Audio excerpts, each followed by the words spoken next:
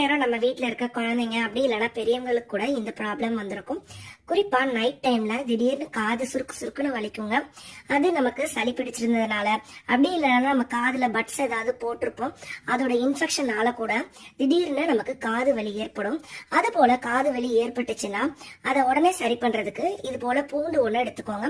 அதோட தோலை, அதாவது அதோட 2 முனைப்பகுதியும் கட் பண்ணி எடுத்துருக்கேன். எடுத்துட்டு இந்த மாதிரி மரத்திலான ஃபோர்க் ஸ்பூன் இருந்துச்சுன்னா எடுத்துக்கோங்க. அப்படி இல்லைன்னா டூத் பிக், அப்படி இல்லைன்னா ஐஸ்கிரீம் ஸ்டிக் இருந்தா கூட எடுத்துக்கலாம். அதுல அந்த பூண்டை இந்த மாதிரி குத்தி எடுத்துக்கோங்க. நீங்க எடுக்கக்கூடிய பூண்டு கொஞ்சம் பெருசா இருக்கிற மாதிரி பாத்துக்கோங்க. சின்ன பூண்டா இருந்தா ஒரு 2 பூண்டு எடுத்துக்கோங்க. அதை லைட்டா இந்த மாதிரி நெருப்புல வாட்டி எடுத்துக்கோங்க.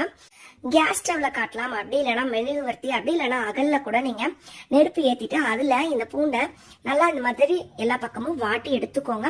கொஞ்சம் அது வெது வெதுன்னு சூடு இருக்கும்போது அதை நம்ம இந்த மாதிரி காது வலி இருக்கிற இடத்துல, அதாவது